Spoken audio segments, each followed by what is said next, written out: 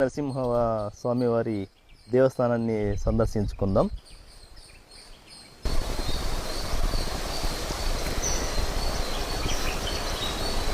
పుష్కరిణి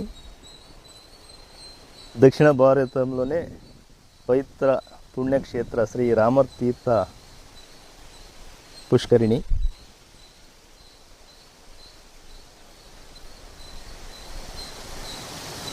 అందమైన ప్రకృతి ఒడిలో ఆహ్లాదకరమైనటువంటి వాతావరణంలో స్వామివారి దేవస్థానం.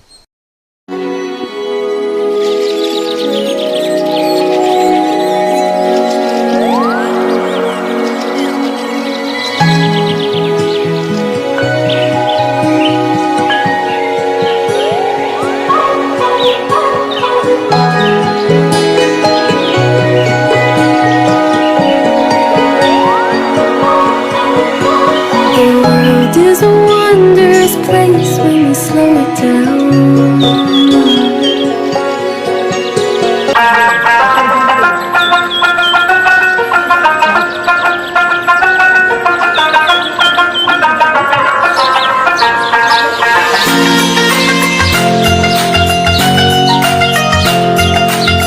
నమః. ఈరోజు నిడగల క్షేత్రంలో వెలిసినటువంటి యోగా లక్ష్మీ నరసింహస్వామి దేవస్థానానికి రావడం జరిగింది. నమస్కారం స్వామి. నమస్తే సార్. ఈరోజు ఆలయ ప్రధాన అర్చకులు శ్రీ హరీష్ భట్టాచార్య స్వాముల వారిని ఈ దేవస్థానం ప్రాశస్త్యం గురించి తెలుపవలసిందిగా కోరుతున్నాను. ఓం ఉగ్రం వీరం మహావిష్ణుం జ్వలంతం సర్వతోముఖం నృసింహం భీషణం భద్రం మృత్యోర్మృత్యుం నమామ్యహం. ఇది యోగా లక్ష్మీ నరసింహస్వామి దేవస్థానము 10వ శతమానంది.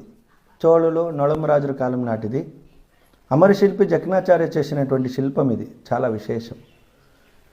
ఈ విగ్రహంలో మనకు విష్ణుమూర్తి అవతారం చేసినటువంటి దశావతారాలు దర్శనమిస్తాయి. మత్స్య, కూర్మ, వరాహ, నారసింహ, వామన, పరశురామ, శ్రీరామ, కృష్ణ, బుద్ధ, కల్కి ఇత్యాది అవతారాలు దర్శనమిస్తాయి. స్వామి యోగాసనంలో కూర్చొని అమ్మవారిని తొడపైన కూర్చోబెట్టుకొని దర్శనమిస్తున్నటువంటి దృశ్యం చాలా విశేషం. ఇంకొక విశేషం ఏమంటే, మనం ఇక్కడ 108 శాలిగ్రామాలని దర్శనం చేసుకోవచ్చు.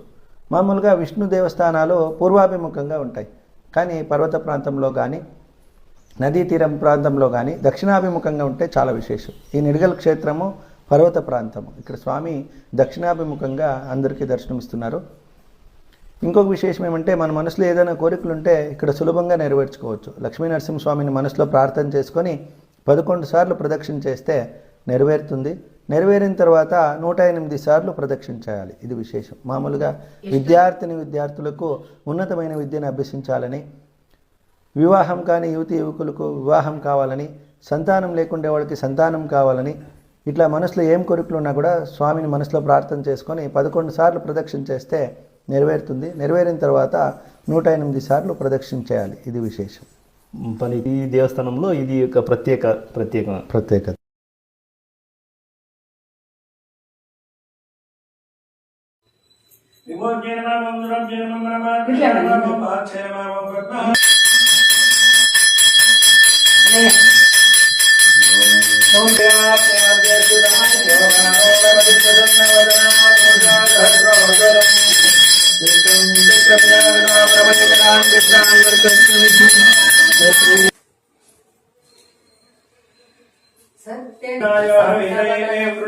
స్వామివారు చెప్తున్నారు, ఇది ఏదైనా కానీ దేవుడు వరాలు ఇచ్చే దేవుడు. ఎవరికైనా స్వామివారిని కోరుకున్నప్పుడు మనకి కొంగు బంగారము, కోరుకున్న భక్తులకి కొంగు బంగారం ఇచ్చే దైవము మన యోగా లక్ష్మీ నరసింహస్వామి వారు. వారికి మనము ఏదైతే సంకల్పం చేసుకుంటామో సంకల్పం చేసి 11 సార్లు ప్రదక్షిణ చేసిన తర్వాత మనది ఆ సంకల్పం నెరవేరిన తర్వాత 108 సార్లు చేయాల్సిందని స్వామివారు చెప్తున్నారు. అలాగే స్వామి, ఇక్కడ విశేష కార్యక్రమాలు కైంకర్యాలు ఎలాంటి సందర్భంలో జరుపుతున్నాయి? మామూలుగా ఈ నిడగల్లో లక్ష్మీ నరసింహస్వామి దేవస్థానంలో ప్రతి శనివారం కూడా విశేషంగా, అంటే స్వామి విష్ణు ఆలయాల్లో శనివారము ప్రత్యేకమైనటువంటి పూజా కార్యక్రమాలు నిర్వహించబడుతుంది. తర్వాత కార్తీక మాసంలో దీపోత్సవము, కళ్యాణోత్సవము నిర్వహిస్తాము. తర్వాత వైశాఖ మాసంలో స్వామివారి జయంతి వస్తుంది. ఆ రోజు వైశాఖ మాసంలో విశేషంగా కళ్యాణోత్సవము, ఉత్సవాలు అన్నీ నిర్వహిస్తాము. ప్రతి నెల స్వాతి నక్షత్రం రోజు స్వామివారు లక్ష్మీ నరసింహస్వామి వారు స్వాతి నక్షత్రం రోజు ఆవిర్భవించింది అవతారం కాబట్టి ఆ రోజు స్వాతి నక్షత్రం రోజు విశేషంగా అభిషేకాలు, అర్చనలు, సహస్రనామార్చనలు ఇలాంటి పూజా కార్యక్రమాలన్నీ నిర్వహిస్తాము. దాని గురించి ఈ లక్ష్మీ నరసింహస్వామి దేవస్థానంలో ఈ సీతారామ పట్టాభిషేకం చిత్రీకరించినటువంటి శిలలు సీత, రామ, లక్ష్మణ, నారద, తుంబుర, విశ్వామిత్ర, ఆంజనేయ స్వామి. జీర్ణోద్ధరణ చేశారా? అవును సార్, ఇది సుమారు 1988 వరకు శిథిలావస్థలో ఉండింది.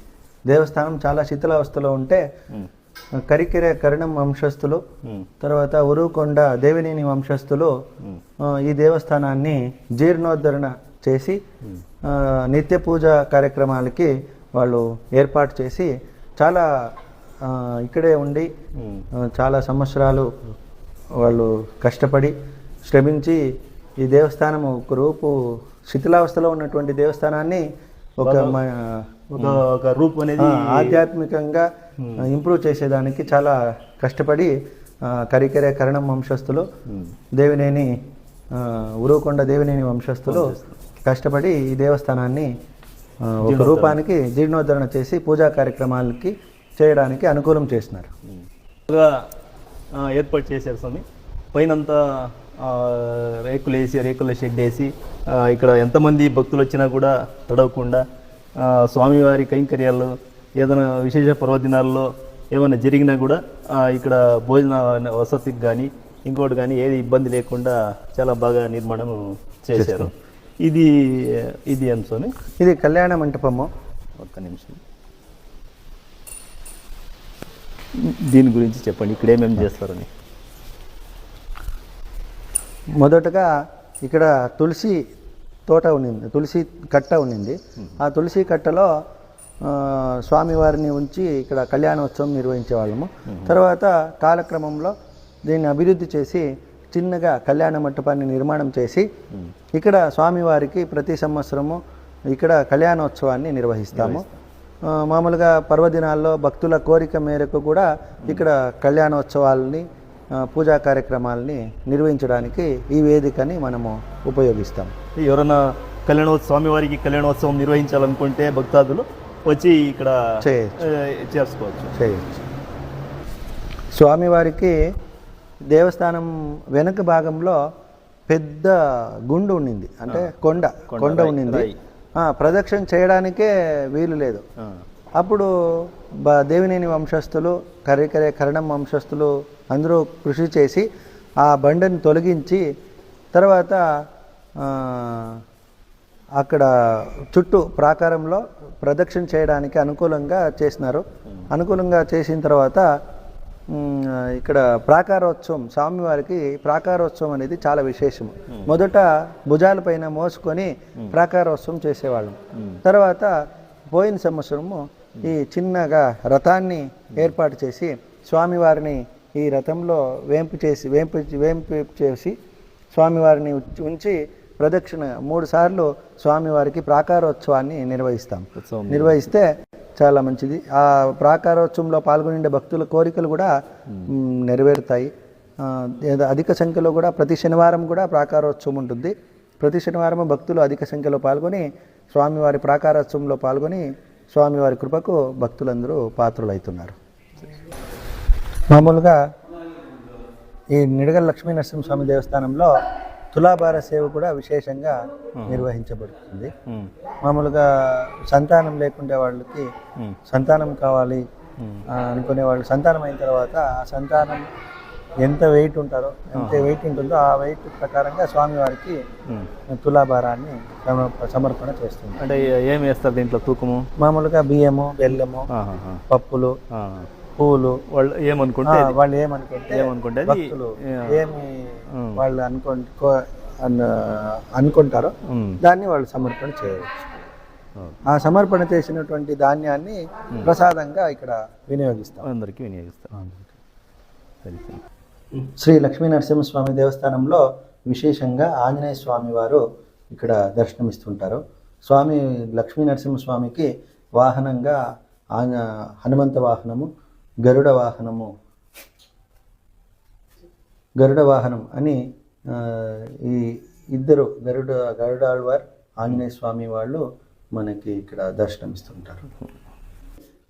గంగ చందనాన్ని పూసినట్లయితే భక్తుల యొక్క కోరికల్ని, కష్టాలని పరిహరిస్తారు. లక్ష్మీ నరసింహస్వామి దేవస్థానంలో స్వామి వారి వాహనమైనటువంటి గరుడాళ్వార్ సన్నిధి ఇది.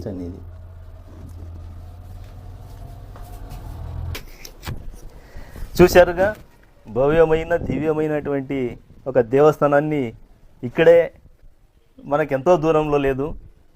పాగొడ తాలూకు నిడిగల్లు ఓబుళిలో నిడిగల్లు కొండ మీద వెలేసినటువంటి శ్రీ యోగా లక్ష్మీ నరసింహ స్వామి వారిని దర్శించుకొని మరి పునీతులు కావాలని చెప్పేసి భక్తులకి తెలియజేసుకుంటున్నాం.